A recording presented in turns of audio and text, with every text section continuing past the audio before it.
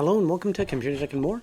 Today we're going to be taking a look at the Scythe Kaze Flex 1 and 2, different versions of the same fan. And this is part of my redone series where I redid my whole testing fan analysis for noise testing. So first up, we have noise normalized testing through my CPU air cooler for the Kaze Flex and Kaze Flex 2 120mm class fans. So originally the original Kaze Flex was ranked 13th, it is now ranked 26th, and the Kaze Flex 2 was ranked 5th and is now ranked 48th. So overall a huge drop for these two fans, losing a lot of position. As to why they lost so much position, again, it has a difference in the testing methodology. Next up is cooler testing at 100% PWM fan signaling, and the Kaze Flex retains its position at 45. The Kaze Flex 2 retains its position at ranked 7. For cooler value proposition, the Kaze Flex original was ranked 5th. It is now ranked 9th. The Kaze Flex 2 was ranked 4th and is now ranked 48th. That is a terrible drop in value, which leads me to believe some quality control issues, because that is a huge difference. But for cooler 100% value proposition, the Kaze Flex original was ranked 18th, retains that position, and the Kaze Flex 2 was ranked 11th, and it retains that position as well. For CFM testing, noise normalized, the Kaze Flex original was ranked 48th. It is now ranked 47th. The Kaze Flex 2 was ranked 47th and is now ranked 48th. So they kind of swapped places here, but a big difference is the RPM that the fan was achieving. It is now significantly lower, indicating kind of what I've been talking about this time. So at 100% PWM fan signaling, the Kaze Flex original was ranked 48th and retains that position, and the Kaze Flex 2 was ranked 47th and retains that position as well. In terms of the value proposition, the Kaze Flex original was ranked, for noise normalized testing, was ranked 48th. It's now 47th. And the Kaze Flex 2 was ranked at 41. It is now ranked 48th. So again, an overall loss in positioning. At 100% PWM fan signaling in the value proposition, the Kaze Flex original was ranked 48th. It retains that position. And the Kaze Flex 2 is ranked 47th. In Case airflow testing, noise normalized, the 6-inch mark, the Kaze Flex original was ranked 11th. It is now ranked 20th. The Kaze Flex 2 was ranked 20th. It is now ranked 48th. So an overall loss in positioning for these two fans. For the 11-inch mark, noise normalized, in my case airflow testing, the Kaze Flex 2 was ranked 21. It is now ranked 22. The Kaze Flex 2 was ranked 39th, is now ranked 44. So again, an overall loss for both fans, but the Kaze Flex 2 appears to have less of a loss. Value proposition for the 6-inch mark, the Kaze Flex original was ranked 6th, it is now ranked 8th. The Kaze Flex 2 was ranked 14th, it is now ranked 48th. For the 11-inch mark, the Kaze Flex original was ranked 11th in value, and now is ranked 8th. The Kaze Flex 2 value proposition, 11-inch mark, was ranked 33 and is now ranked 44. Alright, first up in testing is my case airflow simulation test. So this, broadly speaking, has two main ways of taking a look at it. The first one is, what size case do you actually plan on buying? Because that is really the most important factor in making any sort of selection for your PC. So if you're looking at a small form factor case, mine would be a bigger small form factor case that has a front to back airflow flow pattern. So here it's purely airflow rather than dealing with any sort of pressure. So again, the 6-inch mark would be a larger smaller form factor, front to back airflow, or if you want to bottom mount your fans, or depending on the case layout, if it's inverted, top mount the fans so that they're blowing into the GPU. Normally that distance is around 6 inches or less, so the 6-inch mark is very applicable to that sort of thing. If you're getting a bit bigger case, something like a compact tower, the only ones I can think of in this category are like the Dell Optiplexes, but I'm sure there are other cases that actually fit that category. But a compact tower would be this 9-inch mark. And again, front to back airflow for when the air hits your CPU air cooler. These tests are most applicable for air coolers. And the 11-inch mark is representative of a mid-tower case. So no eATX motherboards, just standard ATX and smaller. And the 14.5-inch mark, that is representative of large towers. Something like the Fractal Design Torrent actually fit into that category. And so first up, we compare it against my control fan. So my control fan is just a standard baseline to say these fans are good or these fans are bad. It's just granular like a switch. So anything that beats, so in this graph, is above my control fan would be considered good. Anything that's below it would be considered bad. And depending on how far down it is, it would be considered very bad. So such as the Kaze Flex 2, it would be considered, I suppose you could call it detrimental, would be appropriate, but the Kaze Flex is sort of okay at shorter distances, but it's overall not that great. So at 100% PWM fan signaling, we have my control fan. The two Kaze Flexes have much more similar patterns of airflow, with the Kaze Flex original being slightly less efficient at longer distances, but both of them are a far cry from my control fan. So how do they compare against other fans? So on the graph, the other fans listed are what I consider to be good fans, middle of the road fans, and then poor performing fans. Well, the Kaze Flex and noise normalized fits into beyond a poor performing fan, while the Kaze Flex original sits into my still poor performing fan, but not like detrimental performing fan. Next, we have 100% PWM fan signaling. And just for like case in point, so the Iceberg ice scale extra is right here, and it just destroys everything else by pure RPM. It spins at 3,000 RPM just to demonstrate like what a top performing fan is, and actually goes off the graph. If I showed the whole chart, it would be too hard to like fine tune what we're seeing. So again, we have like redonkulous fans, good fans, still good but not quite as good, and then poor performing fans, or I should say middle of the road fans. So the Kaze Flex are start off kind of in the okay category, and then they just drop to being in what I would call the bad category. Next, we're going to take a look at airspeed versus decibels at the 9-inch mark. So the Kaze Flex 2 starts off noisier than the original Kaze Flex. And you see kind of how they ramp up. The Kaze Flex is overall in this testing more noise efficient, but you'll notice that in this case airflow test, they get noisier without actually gaining that much airspeed for quite a long distance.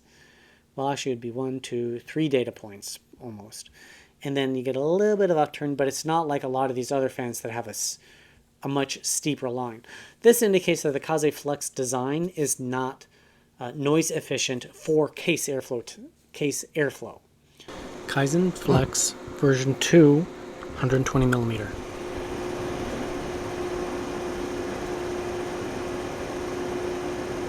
Kaze Flex 120.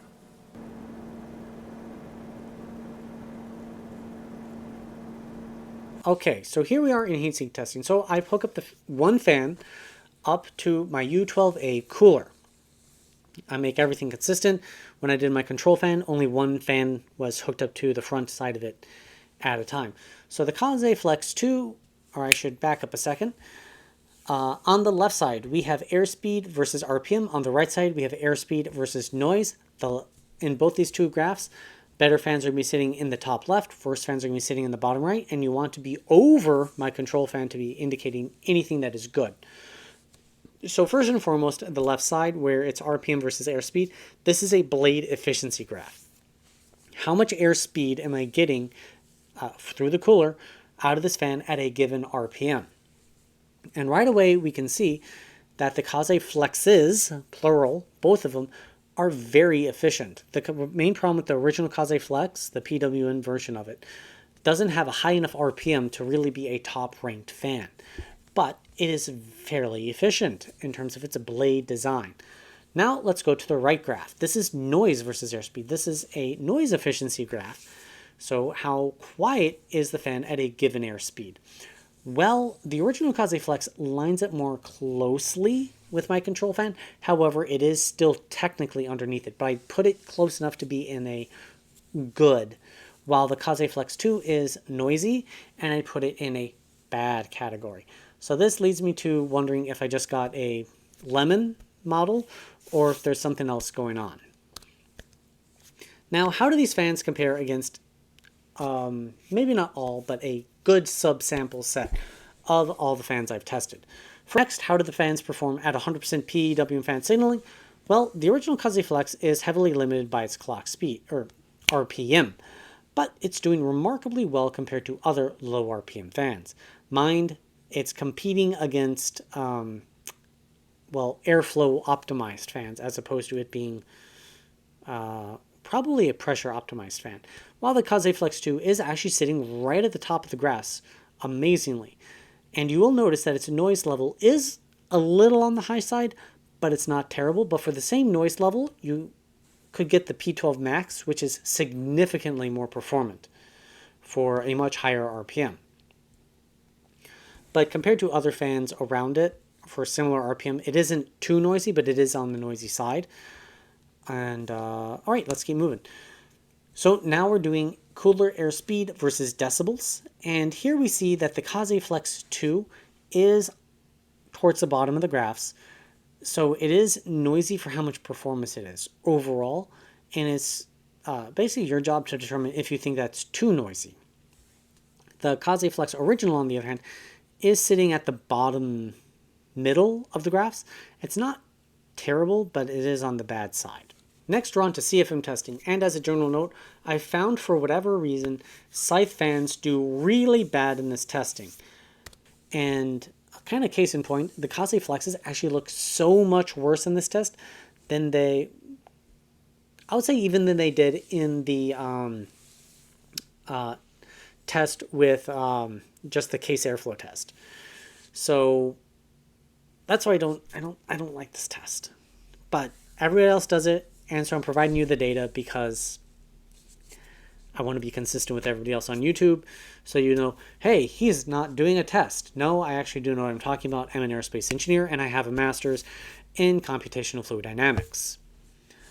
So RPM versus CFM, the two Kaze Flexes are actually supremely terrible. Noise versus CFM, the two fans are absolutely terrible. Noise normals results compared to everybody else, they're absolutely terrible. We're going to just move through it. 100% PWM fan signaling, they're absolutely terrible. Again, something's up with this test. I want to upgrade it, but this is where the data lies. And CFM versus decibels, they are terrible. So first up, the price. The Kaze Flex Original is a $14 fan. The Kaze Flex 2 is a $16 fan. And all of these are based off of standard retail pricing that I could find at the time. So first up, we have the 11-inch mark. So right away, at the 11-inch mark, we see that the Kaze Flex is not very highly ranked. If you're looking for the best bang for the buck, get the TLG12. At the 100% PWM fan signal, 11-inch mark, it's the same kind of story. Airspeed to my CPU air cooler, the Kaze Flex Original is actually kind of middle of the road. It's okay. But the Kaze Flex 2 is not that great. But at 100% PWM fan signaling, both of them are ranked in the upper middle. But again, that doesn't take noise into account, so it's just airspeed. So they are far cry away from the top performing fans in this category, like the TLG12 and the P12 Max. CFM testing, they're bad. So at the end of every video, I like to show off my raw data. You're welcome to use this data for your own purposes. However, if you're going to use it in any sort of publication, I do ask they reference me and my channel. I'm the one who created it, and I own this data. And by publication, I mean written, journal, or video. But if you want to make your own Excel charts for your own comparison so you don't have to reference my video every time, you are more than welcome to do so. It takes me around an hour and a half to 2 hours per fan to do my level of testing right now. And then it takes many more hours to update the graphs, the charts, and everything else to make everything look pretty. And then, of course, it takes time to do the video presentation. So I do appreciate, well, referencing me if you do use it. Other than that, if there are any fans you would like me to check in the future, please leave them on the comment section down below. If you've got constructive criticism for me on how to improve my videos so that they'll be better overall, I do take constructive criticism very seriously and try to improve every single time. However, note that it may take time for your notes on how to improve to filter into my videos, because I tend to do a lot of recording in one large batch. So it will get implemented. It just may take a little bit of time. Other than that, I do thank you for watching my video. Please subscribe for more content. I would really appreciate it if you check out my Patreon page. Everything on there will go directly into upgrading, well, my test equipment and being acquiring more fans to test, basically. I've already spent around $1,000 on fans. Other than that, have a great day. Hope to see you next time here on Computer Tech and More.